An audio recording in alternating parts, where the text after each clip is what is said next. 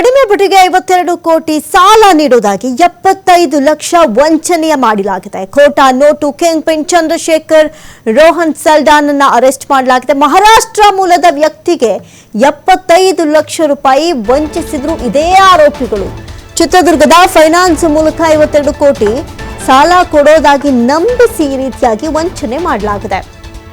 ಸಾಲ ಮಂಜೂರಾತಿ ಮಾಡೋದಕ್ಕೆ 75 ಲಕ್ಷ ಖರ್ಚಾಗುತ್ತೆ ಅಂತ ನಂಬಿಸಿದ್ರು. ಯಾಕಂತ ಹೇಳಿದ್ರೆ ಸಾಲ ಕೊಡೋದಕ್ಕೆ ಮುಂದಾಗಿರೋದಿಲ್ಲ 52 ಕೋಟಿ ಅಲ್ವಾ, ಹಾಗಾಗಿ ನೀವು 75 ಲಕ್ಷ ಖರ್ಚು ಮಾಡಬೇಕಾಗತ್ತೆ ಅಂತ ಹೇಳಿ ದುಡ್ಡನ್ನ ವಸೂಲಿ ಮಾಡ್ಕೊಂಡು ನಂಬಿಸಿದ್ರು. ಚಿತ್ರದುರ್ಗದ ಕೋಟೆ ರಸ್ತೆಯ ಚಂದ್ರಶೇಖರ್ ಮನೆಯಲ್ಲಿ ಹಣ ಸುಲಿಗೆಯನ್ನ ಮಾಡಲಾಗಿತ್ತು. 25 ಲಕ್ಷ ನಗದು ಪಡೆದು ಚಾಕು ತೋರಿಸಿ ಬೆದರಿಸಿತ್ತು ಇದೇ ಗ್ಯಾಂಗ್. ಚಿತ್ರದುರ್ಗ ನಗರ ಠಾಣೆಯಲ್ಲಿ ಈ ಸಂಬಂಧ ವಂಚನೆ ಪ್ರಕರಣ ಕೂಡ ದಾಖಲಾಗಿತ್ತು. ನೋಡಿ, 25 ಲಕ್ಷ ನಗದು ಪಡೆದು ಚಾಕು ತೋರಿಸಿ ಈ ರೀತಿಯಾಗಿ ಎಸ್ಕೇಪ್ ಕೂಡ ಆಗಿದ್ರು.